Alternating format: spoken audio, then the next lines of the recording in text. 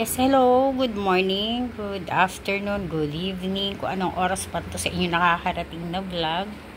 Ayan, bagong menu for today. Hindi nyo alam to, no? Itong gulay na to. So, syempre, papakita ko sa inyo kung paano siya gawin. Dahon ng kamoting kahoy.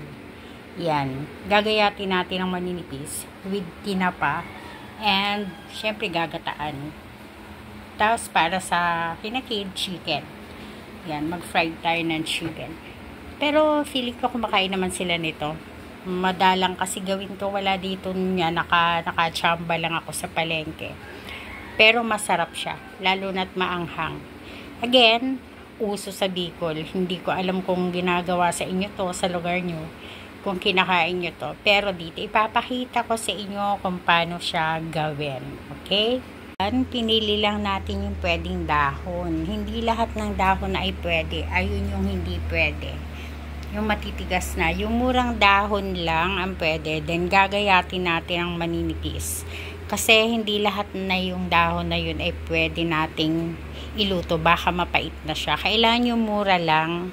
Yung mga nasa dulo lang siya. Yung mga murang dahon ng kamoting kahoy lang. So, ganyang kadami ang panapo natin. Ganyang kadami. At eto napili natin. Para gayatin ng maninipis. So, hindi lahat ho kailangan yung murang dahon lang. So, eto nga na guys. Nagayat ko na siya ng maliliit. Oo, kailangan ng maraming pasensya sa paggawa nito. Yan, kailangan maraming pasensya mo. And of course, na-prepare ko na rin ang ating chicken. Marinated siya. With egg and may konting fresh milk po. Para malinamnam. May milk talaga ako magluto ng fried chicken.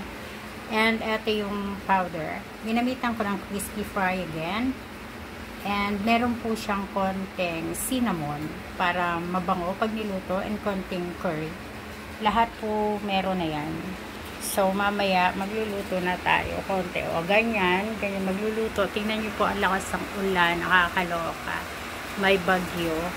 Kaya sinara natin ang ating window dyan kasi pumapasok siya. So eto, wait lang, magluto na tayo. Eto na siya guys. Yan, pakukuluin muna natin siya. Sa hindi naman to masyadong pure. Nilagyan ko siya ng konting tubig. Nagtutubig naman yung dahon kasi syempre inugasan natin. So mamaya pag yung tinapay hindi ko pa nilagay kasi feeling ko madudurog talaga siya. Pag nadurog siya, oh my god, ano mangyayari dito? Mamaya wala nang nakitang halo to. So, yan, pakuluin natin. Then, ilalagay natin yung dahon ng kamoting kahoy. Then, mamaya pag yung malapit na siya maluto, dadagdagan natin ang gata. Para matipid, hindi magastos. Mahal kaya yung gata. Ayan, kulo na siya. Lalagay na natin yung dahon. Diba? Oh, ayan, hintik pang matapon. Ayan, ilalagay na natin siya. Para, diba, maluto na siya. Papansin nyo ba, kada mag-vlog ako, nandyan ang soundtrack ko. Yung magbabasura. Truck ng basurahan. Lagi siya tumutugtog. Sabay na sabay kaming dalawa sa oras. Diba? So, ayan. Sa lakas ng ulan, sa lakas ng bagyo, ayan lang, maluluto na yan. Ang ganda ng tunog ng ulan. So, hintayin natin na maluto ng unti. So, ayan na siya. Nilagay na natin ang tinapa and sili. Malapit na siyang maluto. Nilagyan ko na rin siya ng pure na gata. Ayan o, maganda siya. So, malapit na siyang maluto. Kailangan yung medyo maanghang para masarap. Then, isusunod natin mag-fried chicken. So, nagpa-fried chicken na tayo. Ayan, nakasalang na siya. And eto na rin yung ating gulay. Ayan. O, diba, ang hang niya.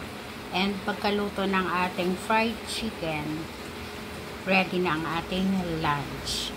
Luto na lahat ang ating lunch. Ayan na yung gulay na kamoting kahoy. Dahon na. And fried chicken. And may naiwan kasing egg sa pang fried chicken. So, nilagyan ko siya ng cabbage. Sayang kasi. So, ayan, lunch is ready. So, thank you again sa mga nanonood. Thank you so much.